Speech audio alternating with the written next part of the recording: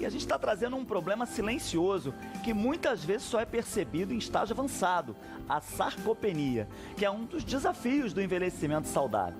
Para falar no assunto, eu estou recebendo aqui a geriatra, especialista em longevidade consciente, saúde mental, doutora Roberta França. Boa tarde, doutora. Querido, obrigada. Seja bem-vinda, vem com a gente. Prazer estar falando com você, que bacana. É um prazer receber você para falar de um tema que, aliás, deixa eu já começar aqui, ó, deixar aberta a janelinha do Vem com a gente. Nós temos um QR Code na tela, doutora, e as pessoas podem mandar para cá suas perguntas, comentário. Aproveita que a gente está falando de sarcopenia, conta se você tem uma história na família, se você sabe o que é, se não sabe, a gente quer te ouvir. Mas para quem não sabe, doutora, vamos começar do básico. O que é a sarcopenia? Então, a sarcopenia é uma condição onde você tem a perda da sua massa muscular atrelada à perda de função. Ou seja, não é aquela pessoa só porque ela é magrinha que ela é sarcopênica. Ela tem perda de músculo e também a perda de função. Ela vai levantar dessa cadeira, Rodrigo, vira um problema. Vai pentear o cabelo, vira um problema. Escovar o dente, vira um problema. Então, coisas pequenas, simples, que parecem absolutamente banais no dia a dia, passa a ter dificuldade por essa perda de músculo atrelada à perda da função. Quer dizer, às vezes a pessoa, nem como a gente falou no início, às vezes a pessoa nem sabe que já tá começando esse processo, né? Porque por desconhecimento, mas tem... Eu queria até que você falasse quais são os indícios que levam a gente a pensar que pode estar nessa condição de sarcopenia. A coisa muito importante, a gente tem que parar com a ideia de que envelhecer significa adoecer. Porque o que acontece? Tudo é conta da velhice. Ah, tá assim? Ih, mamãe tá com dificuldade de levantar? É velhice. Tá mais velha. Tá mais velha. É assim mesmo. Ajuda aí. E não é verdade. Envelhecer não significa adoecer. Enquanto eu tenho essa condição física mantida, que eu tô com autonomia para fazer as minhas coisas, está tudo ok. Quais são os primeiros sinais que a gente precisa perceber? Não tenha dúvida que o emagrecimento muito rápido é algo que tem que nos chamar a atenção. Aquele idoso que não quer fazer exercício nenhum, não gosto, nunca gostei. Isso é um problema, porque a tendência com a idade é sim a gente perder músculo. E a gente perdendo músculo, a gente vai perder autonomia. Então, se você começa a perceber, principalmente você mesmo, não precisa ser um velhinho de 95 anos, às vezes com 50, 55 anos, você começa a perceber que a sua função motora não está tão bem mais, você está até com dificuldade de pegar uma bolsa do mercado, parece que está muito mais pesada do que ela realmente é, você começar a ter dificuldade para levantar das cadeiras, de uma poltrona, de um sofá, dificuldade para levantar da cama de manhã, já é um sinal que você tem que começar a entender se tem alguma coisa diferente acontecendo com a sua musculatura. Olha, eu tenho a Flávia de Belfor Roxo perguntando no WhatsApp, que as pessoas mandam muita pergunta no WhatsApp. Ela quer saber se a pessoa que sofre muitas lesões, eu acredito que possa ser da queda, é sinônimo de que pode ser essa condição sarcopenia? As quedas frequentes é um sinal de alerta para sarcopenia, porque quando eu tenho a perda do músculo, eu tenho a perda da força. Se eu perco a força, eu começo a ter mais risco de queda. E quanto mais queda, mais risco de fratura. E fratura significa acamamento. Então você vê que a gente começa lá no começo com a sarcopenia e olha quantas intercorrências, quantos problemas, quantas dificuldades a gente pode ter a partir desse processo. Agora, doutora, você falou sobre, assim, a pessoa que chega numa certa idade e fala assim, não faço atividade, não quero fazer. E eu conheço pessoas da casa dos 50, amigos meus, Sim. que falam assim, não, eu nunca fiz, não quero fazer, não gosto.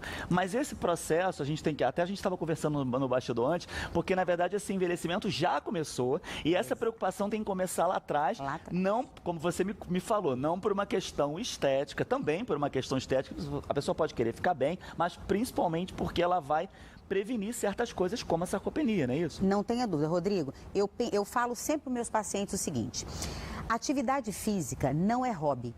Isso a gente tem que botar na cabeça. Atividade física, minha gente, me ouçam, não é hobby. É uma necessidade fisiológica.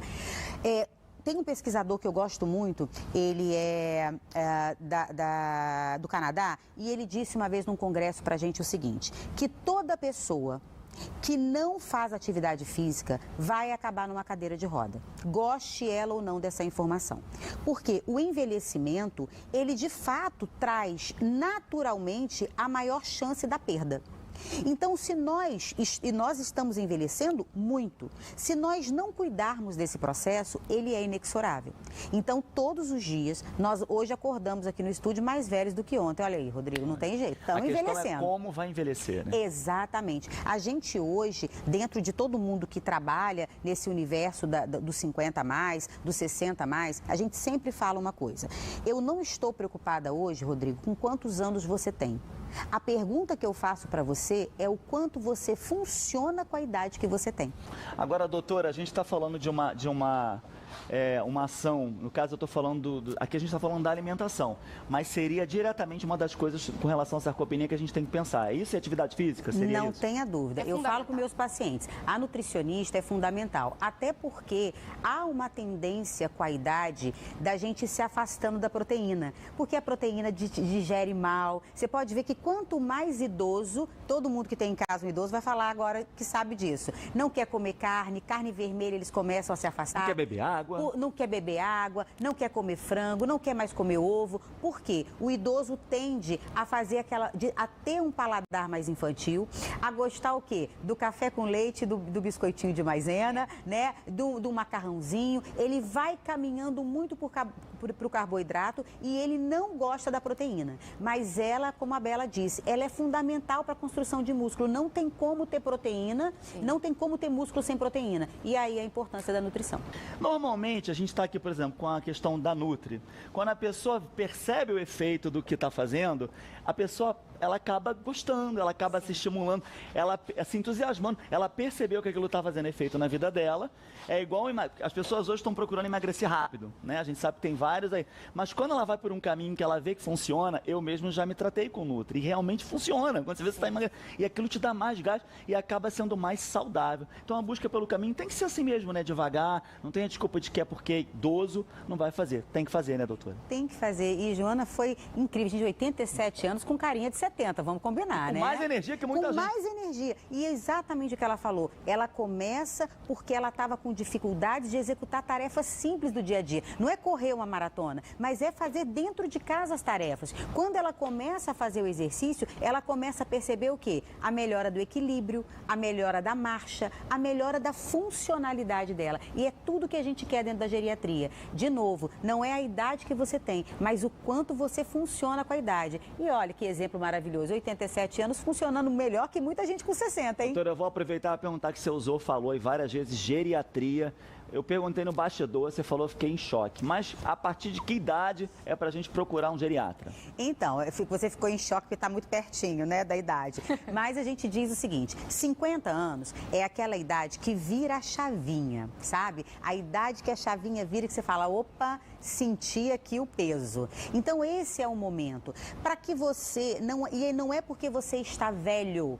O que a gente busca é fazer com que esse processo de envelhecimento, que todos nós vamos passar, que ele seja o mais leve, o mais brando e que você possa evitar que lá na frente você tenha tantas doenças, tantas dificuldades, tantos problemas. Então, o olhar, né, dentro da geriatria é do processo, é esse envelhecimento consciente, né?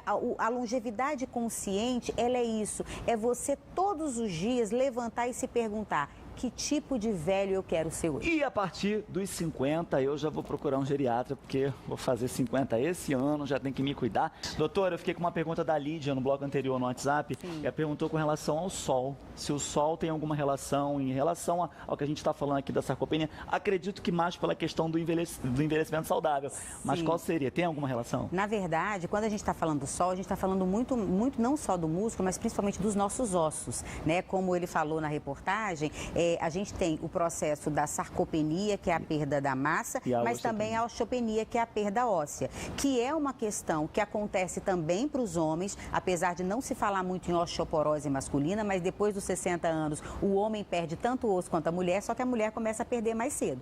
Então, nesse caso, o sol ajuda muito na absorção da vitamina D. Não existe vitamina D que você tome que ela vire vitamina D. A gente precisa do raio para quebrar a vitamina, de provitamina e vitamina D. Então, o sol também é muito importante. Obviamente que a gente está num verão de 50 graus no Rio de Janeiro. Não esse sol, tem uma medida do sol. Tem que ter ali, e bastam 15 minutos diários de exposição solar para você ter essa absorção. Já é o que o corpo precisa. Ponto. Depois, protetor solar, chapéu, bastante hidratação e seguir a vida. Maravilha. Então tá aí, Lídia, a sua resposta. Eu queria pedir uma consideração final, doutora. Um recado rápido para a gente fechar o assunto. Então, eu penso que ninguém dorme com 20 anos e acorda com 70.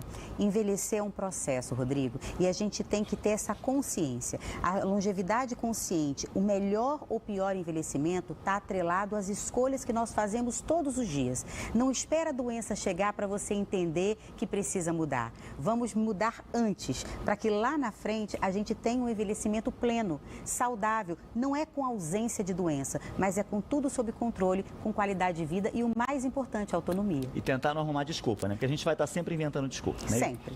Olha, falamos sobre alimentação, falamos sobre os cuidados com o corpo e a mente também, que é importantíssimo, né? Essa combinação de fatores para que realmente, como a gente falou desde o início, a gente possa envelhecer saudável. Eu quero agradecer a todo mundo que acompanhou a gente hoje. Obrigado pela presença.